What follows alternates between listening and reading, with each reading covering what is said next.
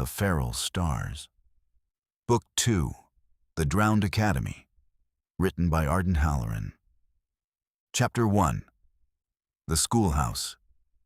5 months after the sky turned green, Master Sergeant Dana Voss was standing in 4 feet of cold gray water on what used to be a parade ground, arguing with a 16-year-old about a rifle. "It's not your rifle," Voss said. "It's the United States government's rifle, insofar as there still is one, and neither of us is giving it to a minor." "I'm 17.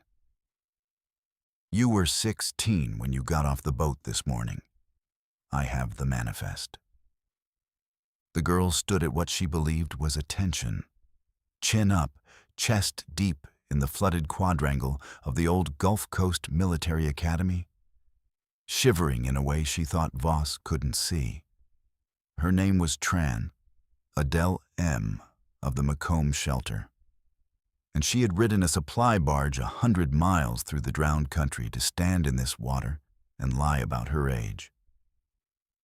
And Voss already knew how the argument was going to end, because the girl had done her homework. "That one, then."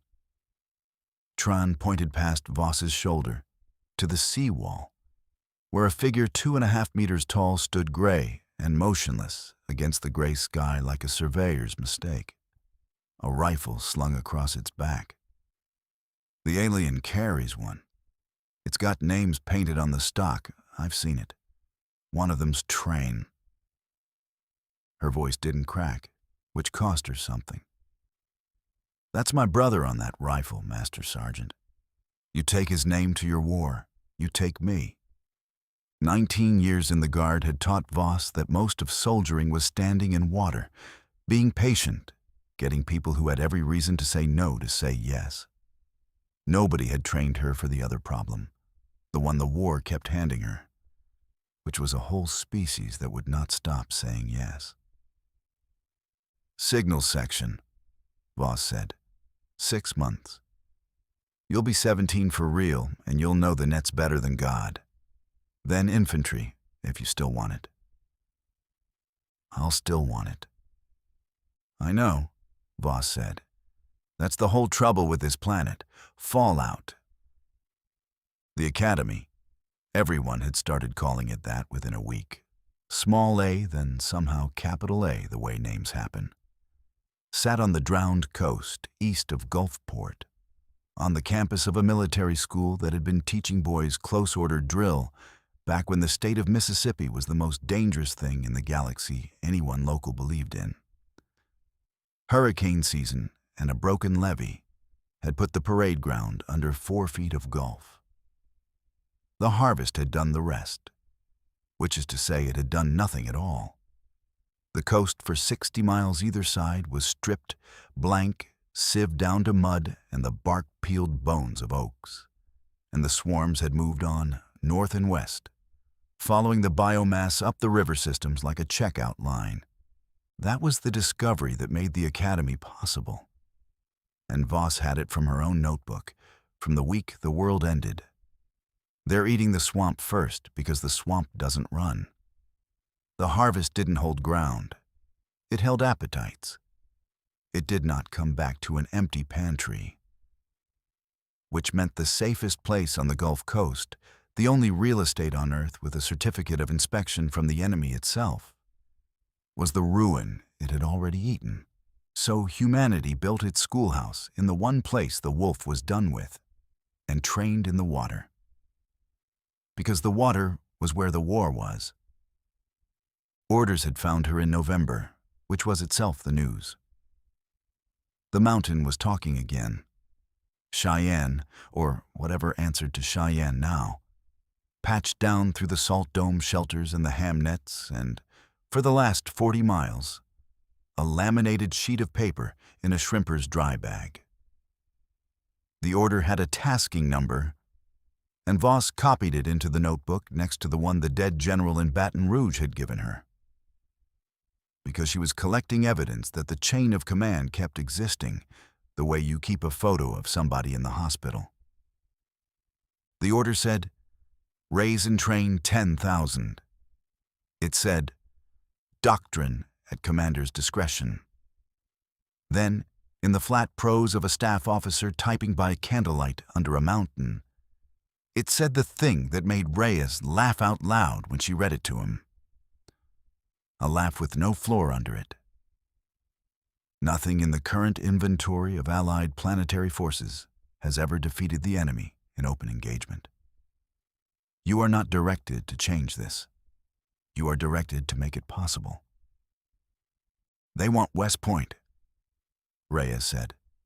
Sergeant First Class Reyes now. The stripes had found him the way water finds low ground. In a swamp, out of nothing, in a year. They want Valley Forge, Voss said. We're already in the right weather. They had a company of veterans nobody would ever again call a relief company. They had Okafor, who thought in blast, running what the schedule called the Demolitions and Field Expedients course, and what everyone else called Okafor's church. They had Ruiz teaching gunnery with the patience of a man who had learned calm the hard way at the joints on a bridge. They had Colonel Detmer, who had come out of his chemical plant with his 80 soldiers and his warehouse and his fence line horizon, and who had discovered, to his visible relief, that a school needs exactly the kind of man who wants a defensible perimeter and a schedule. He signed everything, chaired nothing, and called Voss Commandant in front of the recruits with a straight face, which was worth more than the signatures. They had Delhomme and his generator, chained to the boathouse now, running the lights. And they had Sillith. The attaché of record stood its watches on the seawall at dawn and dusk, tall and still the way herons are, with a human rifle slung across its gray back. Grady's company's rifle, the one that had come off the manifest table at Gulfport, with 8 names painted down the stock in white, and more names since. The vial would not touch a weapon. The whole coast knew it. Sillith carried this one anyway, and would never fire it. And everyone from Voss down to the newest boat-sick recruit understood the arrangement perfectly without a single order being published about it. The rifle wasn't armament. It was the record. Some things you file. Some things you carry. On the 1st of December, in a cold rain blowing sideways off a gulf with no shrimp boats on it, the academy held its first formation. 611 recruits stood in ranks in the flooded quadrangle, 16 to 60 years old. Shelter kids and deputies' widows, and 2 entire high school football programs, and a man who had taught 10th grade chemistry and asked quietly to be assigned to Okafor. The water came to mid-thigh on the tall ones. Nobody had boots that mattered. The rain came down like it was paid to. Voss climbed onto the flatbed they used for a reviewing stand and looked at them for a while, at the shivering and the chins, and put away the remarks she'd drafted. "Everything you're standing in used to be somebody's front yard," she said. "The enemy ate it in a week, and the galaxy's professional opinion is that this is how it goes, everywhere, every time, no exceptions. The people who hold that opinion had 11,000 years and 214 species to work with, and their best idea was to leave." She let the rain have a moment. "We're going to spend the winter proving there's been an arithmetic error. Instructors, take charge of your platoons." That was the whole speech. The nets carried it anyway, hand to hand, coast to coast, the way the nets carried everything now. And by spring, there were shelters in Ohio where people had it word for word. "Arithmetic error," Voss wrote in the notebook that night, alone, by generator light. God let it be one. Chapter 2. The Library. The war's first arsenal was a gymnasium full of wet books. They came in by boat and mule and shopping cart. The Camp Shelby Post Library, salvaged shelf by shelf out of 8 feet of brown water.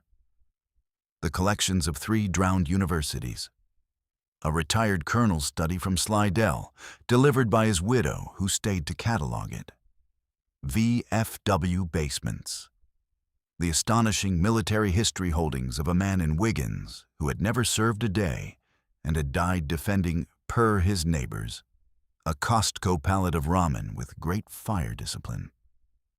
Paper was doctrine now. Paper worked when the sky turned green. The recruits strung clothesline through the old gymnasium and hung the books open like fish drying, spine up, dripping, and the whole building smelled of mildew and glue and 1943. What humanity had, it turned out, the one deep magazine no one could flood, was 10,000 years of instructions for exactly this. Not for this enemy, for war. Xenophon on marching through hostile country, Vegetius on training the legions of a state in decline. The 1911 infantry drill regulations, which assumed nothing about the soldier except 2 hands and fear. Field manuals for jungle, for river crossings, for demolitions, for defense of built-up areas, written by men who had never imagined the Kyth and had somehow imagined everything else. Mao on making the enemy defend everywhere. A ranger handbook that some quartermaster had ordered by the thousand in a saner decade. Still in shrink wrap, still smelling faintly of a warehouse in a country that no longer existed. The Federation had classified human warcraft as a threat trait, filed alongside venom and claws. Standing in the gymnasium among the dripping books, Voss understood the filing error. It wasn't a claw, it was a literature. You could lose every army on earth and grow a new one from seed, because the seed was written down. To the books they added one thin new volume. The Rotary president found 2 mimeograph machines and a case of ink in a shuttered elementary school. And the first thing run off, before rosters, before rations charts, was 41 pages transcribed from a waterproof notebook. Gulfport pages, provisional combat doctrine, harvest forces. Hit the air, not the hide. Fire doesn't kill, fire steers. Calm as ammunition, the first trigger squeeze is a command decision. They are better than us at everything except changing. Every recruit got one, and was told to keep it dry, and was told who the 8 names on the flyleaf were. Colonel Ezra Marchetti arrived on the 9th of December with 11 barges, a briar pipe he never lit, and the manner of an unpaid accountant auditing a hurricane. He came up the intracoastal from the west with diesel, rice, penicillin, 40 tons of pierced steel planking, and the first mail any of them had seen since the sky changed, actual letters, shelter to shelter, sorted, an entire postal system he appeared to have assembled out of barge schedules and spite. He climbed onto the dock, declined a salute as though it were a dish he'd been offered twice, and greeted Voss by reciting her fuel consumption. 1,100 gallons a day, Commandant. 1240 when the war games run. Your generator fleet is 9 civilian units and 1 Costco special with, I'm informed, a religious significance. He shook her hand. Marchetti. Continuity sent me to find out whether you're worth what you eat. I've read your notebook. They hand it out under the mountain now, you know, like Gideon's. And I'll say this. Finest piece of military literature this century. And I'm counting the century that had all the literature in it. We're worth it, Colonel. Everyone tells me that. You're the first one whose books I believe, because you're the first one who keeps books. He looked down the flooded quadrangle, where 2nd Platoon was learning to move a fire team across open water without sounding like a fire team crossing open water. And something happened to his dry accountant's face that Voss filed away for later. Hunger of the specific kind. Do you know what the enemy has never once had to do, Master Sergeant? Forage under interdiction, 300 years, 4 species, and nobody ever made the locusts pay freight. Everybody tries to fight the appetite. Nobody's ever fought the schedule. He put the cold pipe in his mouth. Not my department yet. I'm told my department is beans. Fine, beans first. Beans are how you buy a schedule. He stayed 3 days, counted everything twice, requisitioned a copy of every doctrine title in the gymnasium. The mountain has generals. What it lacks is a library. And left Voss with a barge of diesel above contract and the unsettling sensation of having been adopted by a spreadsheet. The light appeared in the sky that same week. It rose in the east on the 11th, brighter than Venus and the wrong color, and held station where the garrison's silver ships used to sit. And every short-wave net on the continent lost its mind for 2 days until the message came down. It came on the old Federation band, in the old kindergarten calm. But it was not addressed to humanity. It was addressed to Sillith, attaché of record, Sol 3. And it said that the Accord of Suns, having reviewed anomalous developments in the Sol system, had dispatched an instrumented observation platform, and that the attaché was directed to resume regular reporting. It closed with the sentence Voss had been waiting 60 years of somebody else's civilization to hear the shape of observation is always permitted. Sillith stood on the seawall a long time that night, looking up, rifle across its back, rain beating on the poncho it had been ordered by a private, and it had complied, to wear. They ran from the wolf, it said at last, and they have come back to watch the sheep do something upsetting. I am instructed to explain you. The flat river stone eyes came down from the sky and did their slow, lateral shimmer. 60 years of notes, Sergeant, and I am only now arriving at the interesting part. Chapter 3. Red Force. The thing the observation platform could not stop transmitting about. The thing that lit up the Federation band within a month, query after appalled query, like a smoke alarm in orbit, was that the humans had begun fighting each other. They did it every night. Red Force was Voss's invention and her veterans' vocation. 40 survivors of Port Vincent and Gulfport in gray rain gear, wading the drowned streets of the training grounds with their weapons slung, playing the enemy. Not the enemy as recruits feared it. Roaring, chasing, killable. The enemy as the notebook described it. Red Force did not charge. Red Force resumed.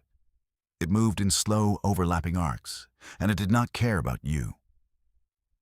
And when it reached you, it put a flour bag against your chest with a shove that sat you down in the cold water, and it moved on without looking at your face.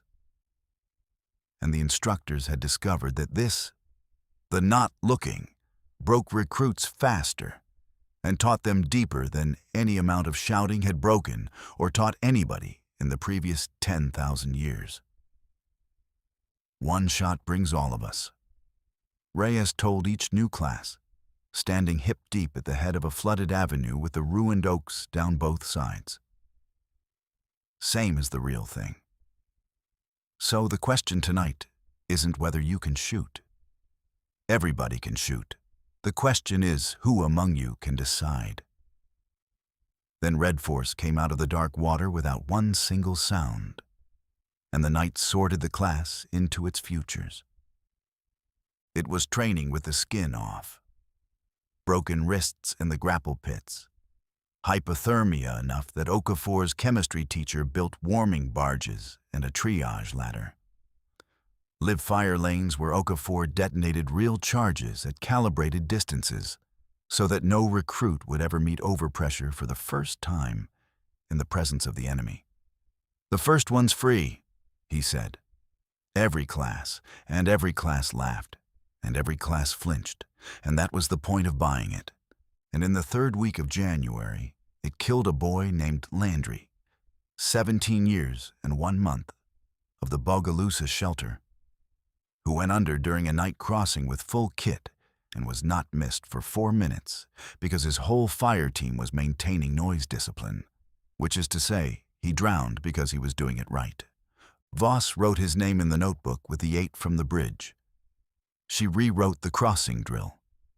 Swim buddies lashed wrist to wrist, count at every phase line. And she did not soften anything else. And she stood at the burial while 300 people sang badly in the rain.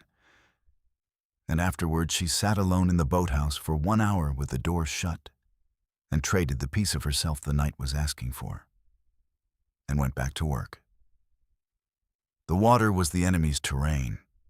The water was the curriculum. There was no version of the school where the water didn't grade. The platform's query arrived 9 days later, relayed down through Sillith in translation so flat it whistled. Query. Instructional casualties confirmed. Your instructors inflict harm upon your own recruits in the absence of the enemy. Our models classify this behavior as self-predation. It accomplishes the harvest's work at no cost to the harvest. Explain. Sillith brought it to her on paper, in the boathouse, and stood folded under the low roof like a heron in a bus shelter while she read it. They are not wrong about the arithmetic, it said. Landry is exactly as dead as the harvest would have made him. No, Voss said. He isn't. She turned the paper over and wrote on the back. And what she wrote went up through Sillith's disk to the platform that night, and, she learned years later, went from the platform into the Council's permanent record, where it sat like a splinter for a decade. Your models trained on species that practice for peace and improvise their wars. We practice the war. The enemy does not do anything stupid, ever. There is exactly one other force in the galaxy that can be trusted not to do anything stupid, and we are it. You ask why we fight ourselves. It's because you left and took every other sparring partner in the galaxy with you. You watched 4 species meet this thing gently. Come watch what happens to the 5th's recruits when the worst night of their lives is a rerun.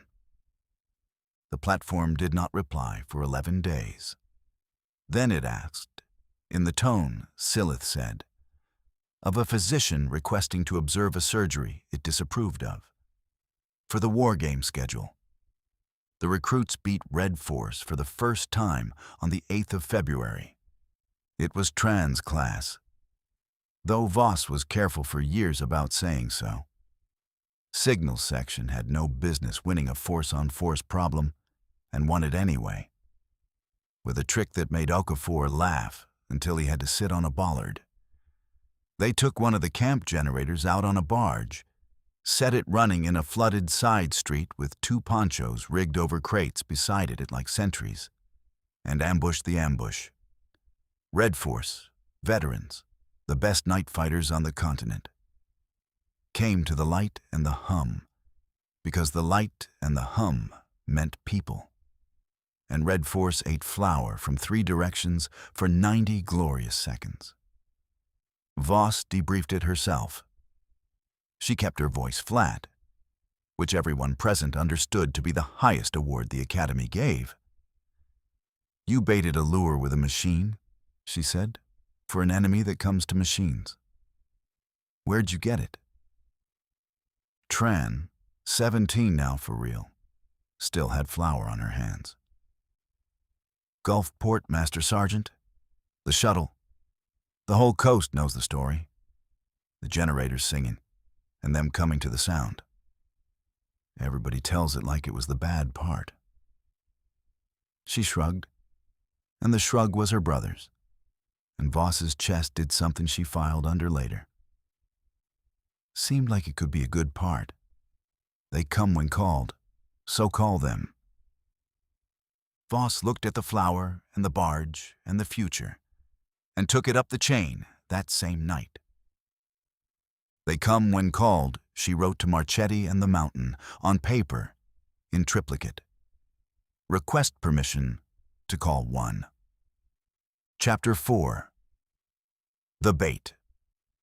The scientist came up the Intracoastal on Marchetti's March convoy, riding a barge of diesel drums like deck cargo.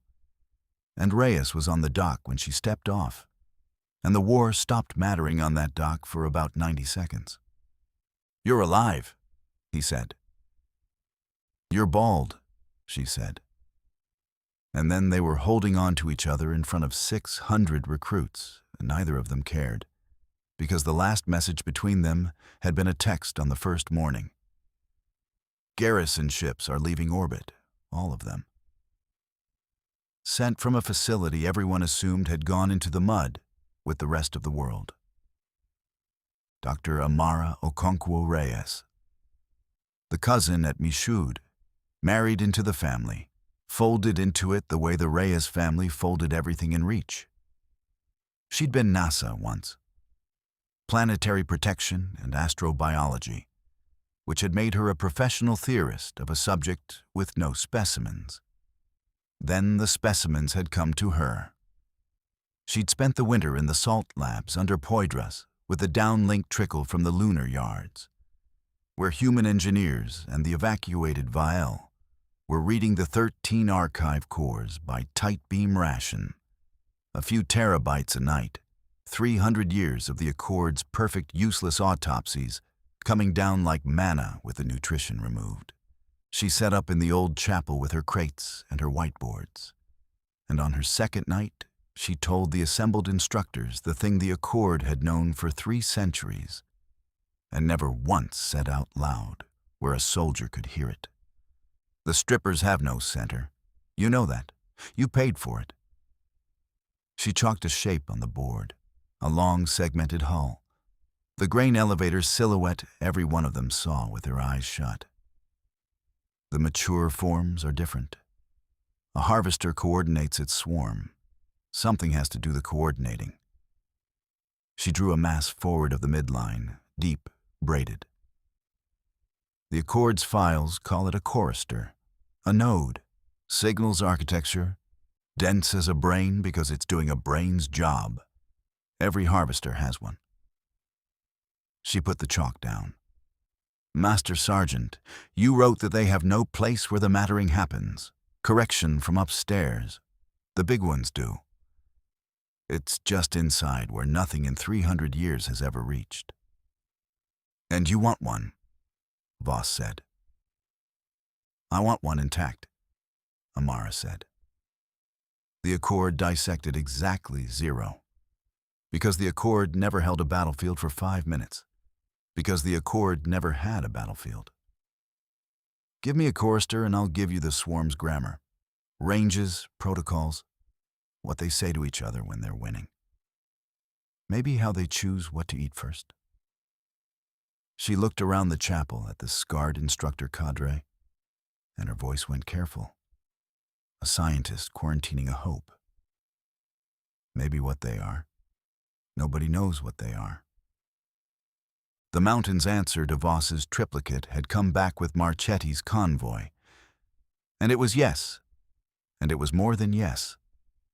It was the other arithmetic, the one nobody put on the mimeograph. The shelters were holding against the harvest and losing to the dark. Down deep populations 2 winters from the sun, and the nets carrying more funerals than the Kyth could account for. Shelter fade, the medics called it.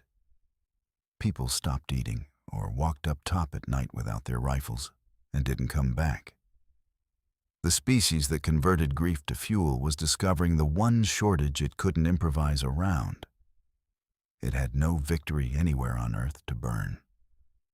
"Kill one," the Mountain said, "where the nets can watch." The target found itself.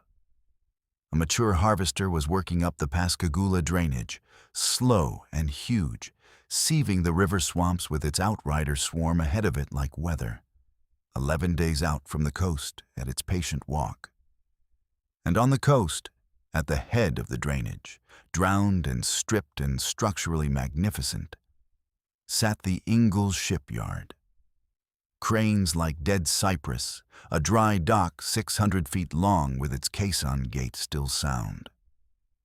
A concrete box, Okafor said, with the reverence of a miner's kid handed a cathedral, built to hold a battleship and open on exactly one end. The plan filled 12 pages of the notebook and came down to a sentence any Louisiana grandmother would recognize. Set the trap where the food is and make the food loud. Biomass barges for scent, silage, fish meal. 200 drums of algae sludge the rotary president produced from somewhere with the dignity of a magician declining to explain.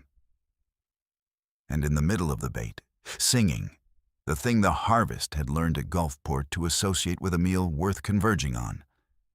A generator, running wide open, hot and bright and electric.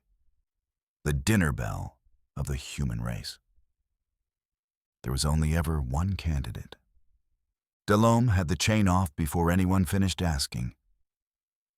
He was 61 now, still sunburned the color of boiled crawfish through a Gulf winter. And he stood in the boathouse with his hand on the housing the way other men stood at gravesides. And Voss gave him the out anyway, because 19 years had taught her you always offer the out. "It's your generator," she said. "Damn right it's my generator." He patted it twice. "Power to church. Woke up a starship. Man doesn't own a machine like this. He just keeps it running between jobs." He was quiet a second. "It comes back, though. You tell that Okafor. This is a loner." Amara's requirement made the tactical problem elegant and terrible. No annihilation. Okafor's instincts, the barge of ammonium nitrate, the dock walls sleeved in propane, the fist of air that had won every human engagement to date, would leave her a crater with paste in it. The chorister had to come out whole, which meant the harvester had to be crippled, contained, dewatered, and dismantled, which meant human beings inside the box with it, working close, for hours. "So, it's not a kill," Ruiz said quietly at the last rehearsal, looking at the model of the dock. "It's a kill," Voss said. "It's just the old kind. The kind where you have to be in reach." She asked for volunteers for the gate crew and the dock floor, and got the academy, all of it, in a silence like the one at the manifest board at Gulfport, and had to choose, which was the price of command, and always would be. Veterans on the floor, Chan's scouts, the Vientiane crew, grown from 14 kids to a reconnaissance cadre the manuals were already stealing from. On the caisson machinery. And one recruit squad, because the mountain wanted a victory the Nets could watch. And Voss wanted the Nets to watch the right thing, the school working. Trans squad drew it. Voss told herself the draw was blind and made Reyes hold the hat, so that at least somebody in the story was telling the truth. Chapter 5. The Kill Box.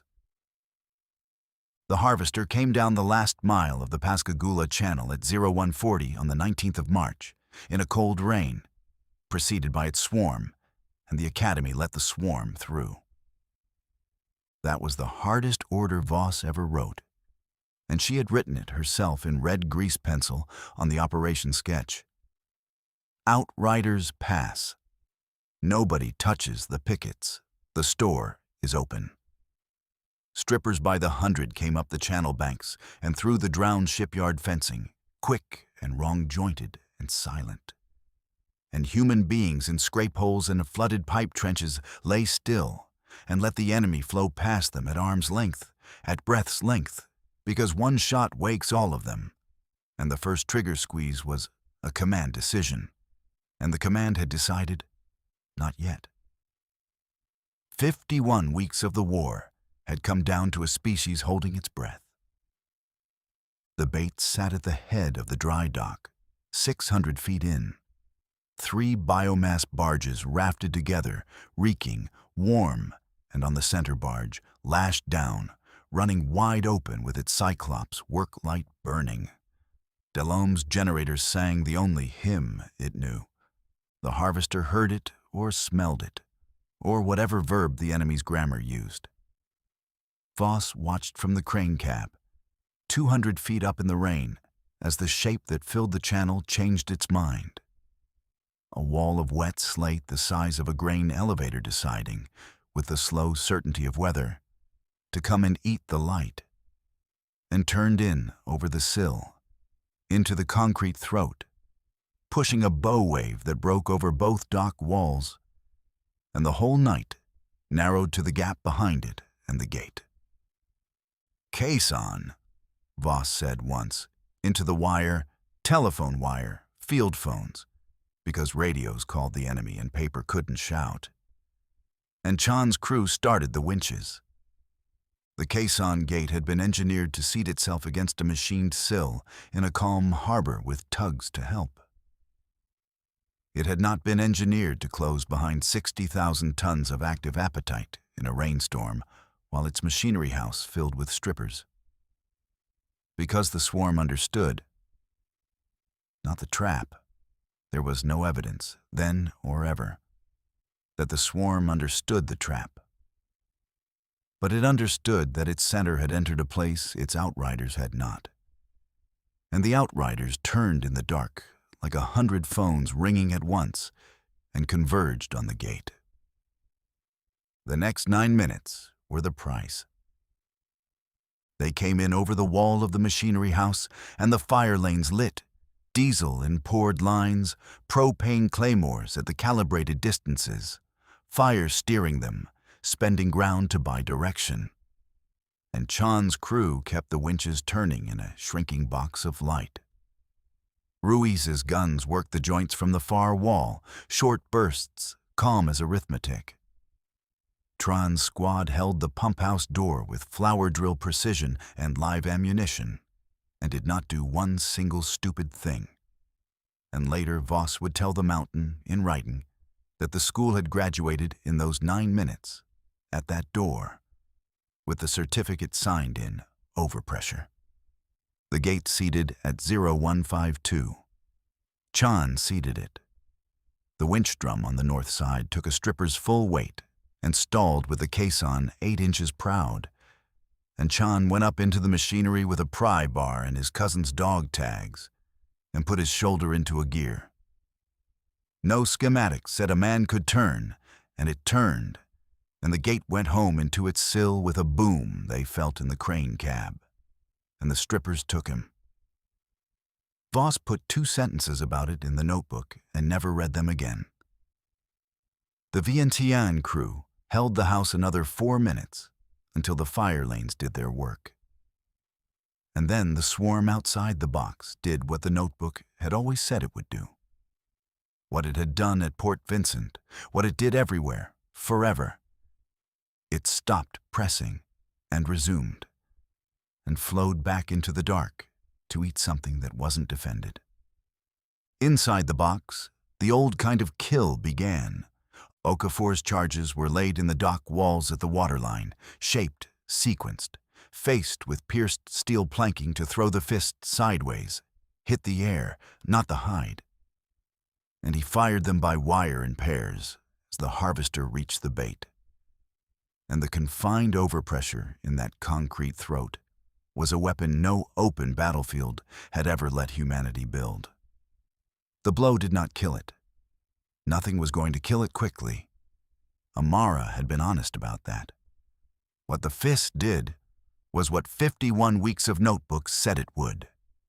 It broke the forward locomotors at their joints, and the harvester settled, and the pumps, the shipyard's own dewatering plant, rebuilt over 3 weeks by the Rotary President's electricians and half of Okafor's church, began to take its ocean away from it.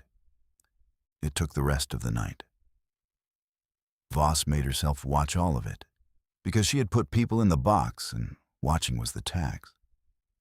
The water went down foot by foot, and the harvester emerged into the work lights like a drowned cathedral being reclaimed, vast and glistening and increasingly horribly still, moving in slow tidal shudders as its own mass settled onto concrete that did not yield. And the cutting crews went in at dawn, under Amara's direction with thermal lances and rock saws, and the enormous care of people mining towards something that could still, locally, kill them. Twice it did. Delacroix and Okonkwo, no relation, and the coincidence spared nobody, died at 0630, when a whole segment they were flanking convulsed. Voss wrote the names. The crews rotated and went back in. The generator for the record, and Delhomme demanded it be for the record, ran the entire engagement, took a stripper's rush that killed the barge lashings, spent the fight listing at 15 degrees, and was carried out of the dock at noon by 6 soldiers, still warm. Okafor returned it personally. Neither man said anything. The nets said it all for them. By summer, there were convoys in Tennessee painting the loner on their lead trucks. At 0714, with the sun coming up gray through the rain and the harvester dying by inches in its concrete grave, the swarm came back. Not to attack. The pickets reported it in whispers down the wire. Strippers, hundreds, emerging from the drowned yard and the channel banks, and stopping. Standing in the shallows and on the walls and among their own unburied dead. And that was the second wrongness. They had left their dead, all night, uneaten, and nobody had ever seen that. Standing in a slow, irregular ring around the dock basin, dog-sized to horse-sized, motionless, facing in, and then the sound. In 51 weeks of war, across 12 river systems, through every engagement on every net, the enemy had never made a sound. The war's whole acoustic signature was human. What came out of the ring that morning came up through the water and the concrete and the hulls of the barges before it was ever exactly audible. One low chord, sourceless, sustained, held for 2 minutes and 11 seconds by Voss's watch, while every human being in the shipyard stood still without an order anywhere in the chain. And then it stopped, and the ring dissolved, and the swarm went away into the rain, unhurried, and did not come back. On the nets that night, it was the greatest victory in human history, and it was, and the shelters rang with it. The Mountain rebroadcast the strike footage for a week, and somewhere in Ohio, people wept over generators. In the crane cab, in the gray morning, Voss wrote 4 sentences about the battle in the notebook, and then sat for a long time with the pencil, and wrote 1 more. They noticed. Chapter 6, Sillith's second report. Field notes of Sillith, attaché of record. Sol 3, Accord of Suns. Transmitted to the observation platform, relayed to Council Archive. 53rd week of the harvest of Earth. The attaché of record is directed to explain. The attaché of record will try. I begin with the query the Council has now sent me 11 times, in 11 phrasings, each more alarmed. Why do the humans injure their own recruits? You have watched the night exercises through the platform's instruments. You have counted the broken bones. You have logged 1 training death, a juvenile named Landry, and appended to the log, I have read it, the notation self-predation, pre-collapse indicator, because our models permit no other bin for it. Council, attend. I stood in the rain at that juvenile's burial. Then I watched his instructors rebuild the exercise that killed him, and run it again 9 days later. Harder, with his name read aloud at the start. Our models say this is a species consuming itself. I have been inside the behavior for a year, and I report, it is a species prepaying. Every bruise in that flooded schoolyard is a wound the harvest will now have to inflict twice. They rehearse loss the way our choirs rehearse harmony, so that on the night it matters, no one has to think. You ask why they practice on each other. Because they are the hardest thing available. You removed everything else from the galaxy when you bred yourselves gentle, and then you left. Second matter. The platform has queried the rifle. I carry a human weapon. This is on record, and I do not dispute the record. I will never fire it. My hands will not close on it that way. The humans know this better than the Council does, and the weapon has never once been counted in the Academy's arsenal inventory, which is otherwise exact to the single round. Understand what you are looking at through your instruments. There are names painted on the stock. 8 from a bridge, 1 from a night crossing, 1 new, the paint still bright. From a caisson gate. The humans write their dead onto their equipment so the dead can keep working. I am the attaché of record. They did not give me a weapon. They gave me the record, in the only format this species has ever fully trusted. A thing with weight, carried by someone in reach. When I stand my watch on the seawall, recruits I have never spoken to straighten as they pass. Not for me, for the manifest on my back. The Council keeps its archives in orbit, where they are safe. I have begun to understand that an archive that is safe is an archive that is finished, and that the humans intend theirs to keep working, and that this is why I carry it. And I request that the Council stop asking. Third matter, the engagement at the shipyard, which your instruments observed and your analysts have classified correctly as the first defeat of a mature harvest form in the 309 years of the record. I will not restate the tactics. The humans have already transmitted their complete after-action files to the platform, unencrypted, unasked. See my prior report regarding generators. They give the decisive thing away. I no longer file this under anomaly. I file it under doctrine. I direct the Council instead to the one datum your analysts have flagged acoustic anomaly, unexplained and moved past. Do not move past it. I was on the seawall of that dock at 0714 when the swarm returned and encircled the basin and made the sound. I have reviewed the platform's spectral analysis. Coherent, coordinated, across 400 discrete organisms, sustained 131 seconds, without precedent in 9 biosphere records. My discipline trains me to withhold interpretation. My discipline also trained me to observe from behind screens, and I have retired portions of my discipline this year. So I will report what every human present understood immediately, wordlessly, and with a horror your models will not predict, because it was the horror of recognition.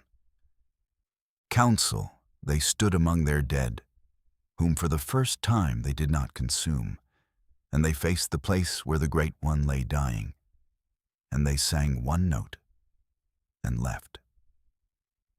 The humans have a word for what the swarm did at that dock. Their scientists resist the word, as I resist it. Their soldiers used it within the hour, in the flat voice they use for true things. The Council will not like the word. The word is grief. Fourth matter, briefly, because the Council's xenopsychologists will want it. The effect of victory upon the humans themselves. Our models hold that a predator species, blooded, escalates. That triumph feeds appetite. I attach recordings from the Academy on the night of the 19th. There was shouting. There was the bad singing. There was an obscene rhyme about the enemy with, I am assured, superb technical merit. And at the center of it, Their commandant, whom I have now studied for a year at a range our doctrine calls contaminating, sat apart with her notebook and wrote 2 words. And I read them over her shoulder. Because being in reach is my method now. She did not write "We won." The council asks, at the close of its 11th query, when the humans will stop. Council, attend. Wrong question. They will not stop. Ask instead what they will be when they arrive at the end of not stopping. And understand that the swarm at the dock has just become the second most important thing in this system to find out. End of transmission. Sillith, attaché of record. I have kept the poncho. I have kept the rifle. I am keeping the question. Chapter 7. The Dissection. They mined the harvester for 11 weeks, and by June the dry dock had become the strangest institution on a planet, with real competition for the title. Half quarry, half cathedral, half medical school. The arithmetic being off in exactly the way everything was now. The carcass emerged from itself, in layers under the scaffolds and the work lights. Hull plates like slate gone soft, cavity architecture that explained every overpressure kill of the war in one glance. Ducting that was grown rather than made, and made rather than grown, until Amara's team banned both words and issued a coinage. Every recruit class rotated through the dock and was walked the length of it and made to put a bare hand on the flank because Voss had ordered it so, over the objections of 2 chaplains and 1 epidemiologist. They dream about it anyway, she said. Let them dream to scale. The recruits touched it and came away quiet and different. And their scores said the difference was worth having. You fight a nightmare worse than you fight an object. The chorister came out in the 7th week. It was the size of a pickup truck and nothing like a brain, which disappointed the nets and electrified Amara. A braid, kilometers of it if you pulled it straight, wet, dark, and faintly warm, packed in a chamber forward of the midline, armored beyond anything else in the body. The one thing in all that appetite the Kyth had built to protect. Her team got it out alive, or whatever the right verb was. It idled in a salt water tank in the old chapel, trafficking with itself in slow electric whispers, and pieces of it, kept warm, kept whispering, and one small piece went into a shielded case down to the salt labs under Poydras, where it would spend some years repeating signals back to the instruments that spoke to it, patient as an echo. And that is a story for later in the record.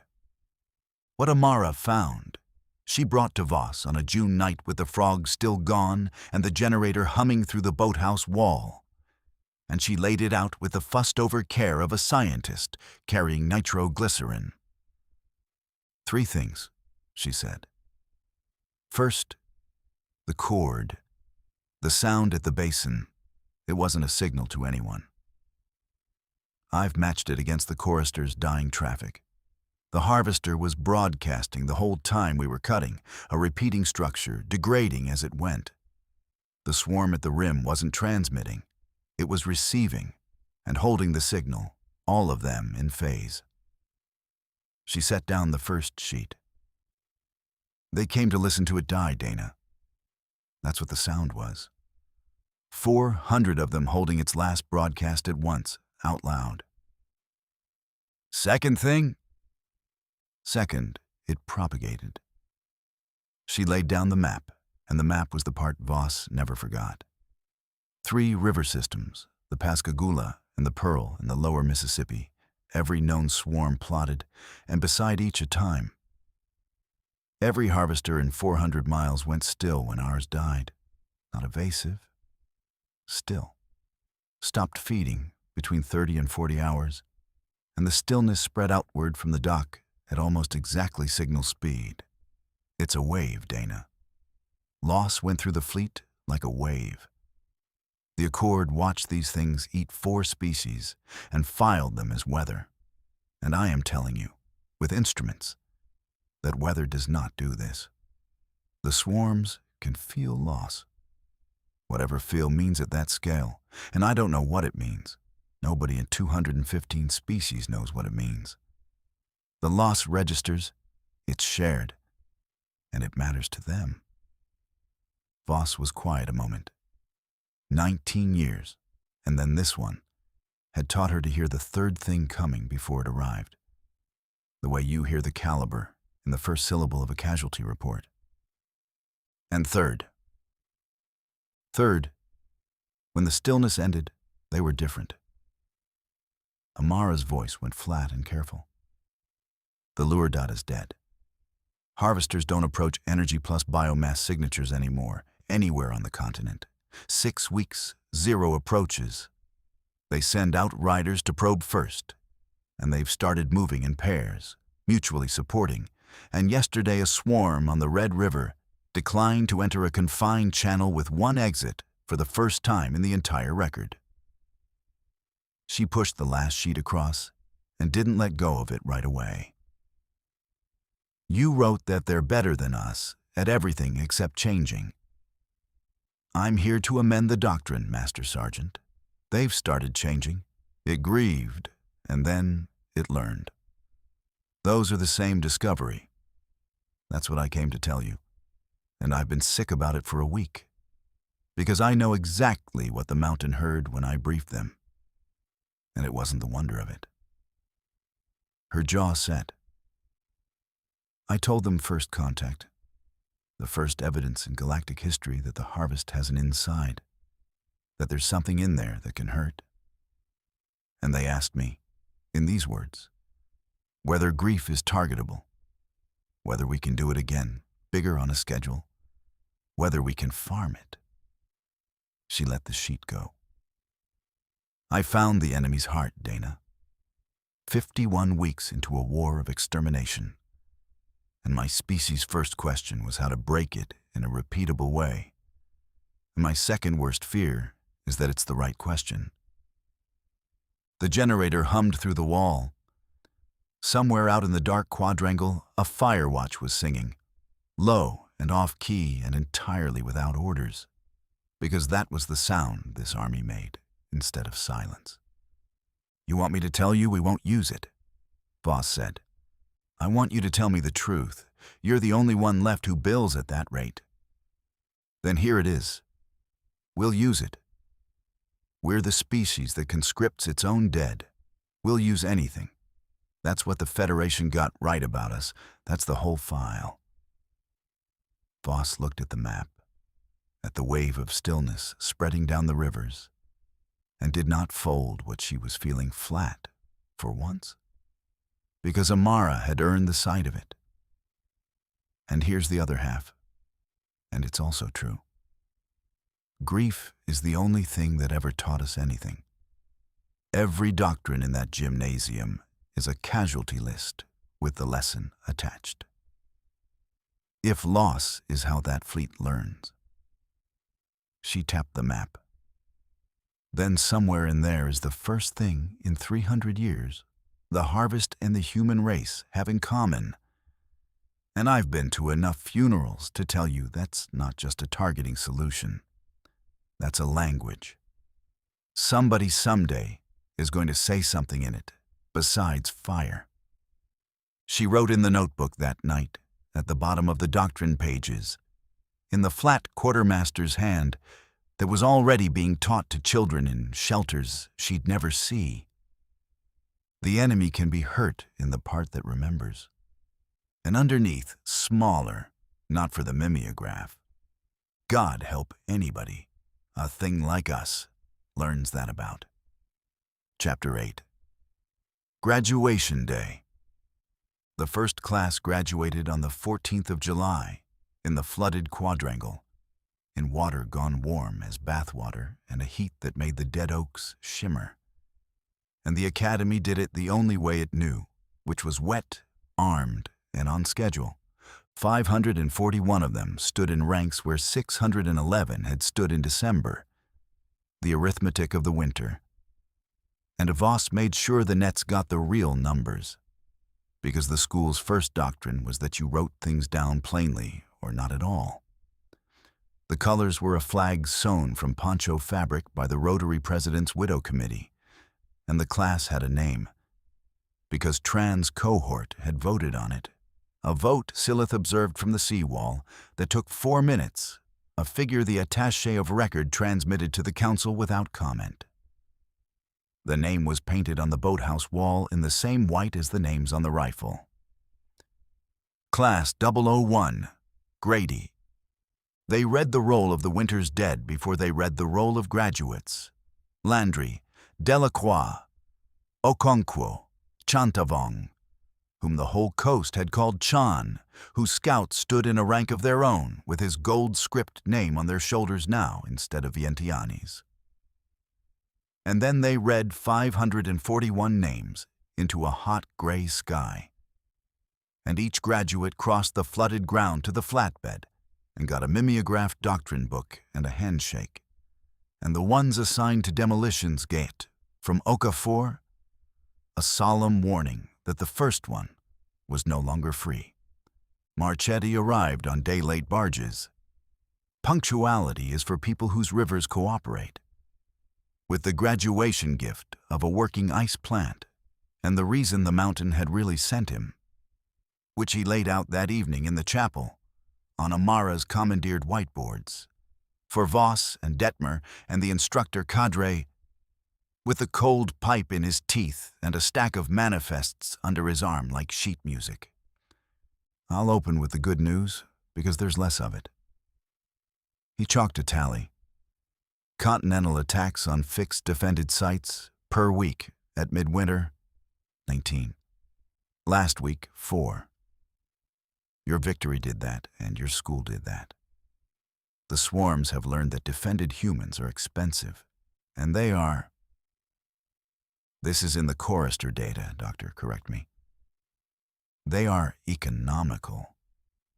They've stopped ordering the dish that costs the most. He turned the board over. Now the bill. Attacks on movement, convoys, barges, fuel points, the ice trains coming down from the lakes, the ground relays for the lunar lift. Midwinter, 2 per week, and we called them accidents. Last week, 31. They've stopped eating the swamp people. They've started eating the schedule. Nobody said anything. Out the chapel window, the graduation bonfires wavered on the water. For 300 years, this thing ate whatever was in front of it, and the Accord called it a force of nature and ran. 6 months against one guard company with a notebook, and it's conducting interdiction. He said it with the dry relish of a man who had at last, after a long professional loneliness, been sent a worthy opponent. And the fear under the dryness was load-bearing, and everyone heard both. We taught the locusts operational art. I'd be prouder if I weren't so busy being terrified. Here's the arithmetic that matters now, and I want it in your doctrine book, Commandant. Page 1. This war just stopped being about whether 10,000 of your graduates can kill harvesters. It's about whether we can feed 10,000 graduates 400 miles from a shelter. The next battlefield is the manifest. Wars aren't won, Master Sergeant. They're delivered. And as of last week, the enemy knows it too. He set the manifests down in front of Voss like a man dealing the future off the top of the deck. Escort taskings, all 541 graduates, the ice train route, the barge lines, the Red River fuel corridor. The mountains cutting orders for a unified supply command. Everything that moves, one signature. A beat, the pipe shifted. Mine, God help the freight. I asked for your company as the escort cadre and your school as the pipeline, and I'm telling you rather than asking, on the theory that you'd have said yes, and I hate waste. After, when the chapel had emptied and the bonfires were burning down, Voss walked the seawall in the dark and found Sillith at its watch, rifle across its back, facing the Gulf, as if the Gulf still had something to disembark. "You heard all that," she said. "I hear everything on this campus. It is a very loud species." The lateral shimmer, slow in the dark. "The Council will be relieved by the Colonel's news. In our models, a supply war is a slow war. They will file it under de-escalation." Sillith was quiet a moment, and the quiet had weight, the way it did when 60 years of notes were being revised somewhere behind the flat stone eyes. "They have never seen your species do logistics angry. I have read your history books now, Sergeant. All of them, twice. My species does not sleep. The Council is afraid of your soldiers, and the Council is wrong. The frightening page was never the bayonet charge. It was the convoy that arrived anyway. Down the shore, at the boathouse, a light burned yellow over the water, where the rest of the campus ran on blackout. Delhome's generator, home from the war with a stripper scar across its housing, and the loner stenciled on the cowl by persons unknown. Running the schoolhouse lights like it had run the churches, like it had run the shuttles, one small, stubborn heartbeat of current that had now outlived the country that sold it. Voss looked at it the way she was learning everyone looked at it. Coast to coast, on nets she'd never meet. Not as a machine. As a promise the species kept making itself in the dark. We share the generator. We keep it running between jobs. Somewhere north, in the dark past the drowned country, the first ice train of the season was already rolling south out of the lakes. 100 cars of frozen calories and machine parts and letters, crewed by volunteers moving down contested track through territory where the enemy had just learned what a schedule was, and that schedules bleed. By morning, Voss's graduates would be aboard the barges, going up to meet it. By fall, the fight for that train and the 10,000 movements behind it would have a name in the doctrine books, coined, of course, by Marchetti, deadpan, in a margin, the way all his monuments were built. The long supply. Voss stood on the seawall between the alien and the generator, took out the notebook and started the next page the way she started them all now, the way a species that wrote things down had decided, somewhere in its 10,000 years of homework, that you survive. Day 1. Inventory, what we have, and where it sits. The war was about to become a delivery. Humanity had been making deliveries in bad weather for a very long time. This has been The Drowned Academy, Book 2 of the Feral Stars, written by Arden Halloran. Book 3, The Long Supply, is coming soon. If you want to hear humanity fight back, subscribe to Feral Stars Fiction and tell us in the comments. The swarm can grieve. Does that change how the war should be fought?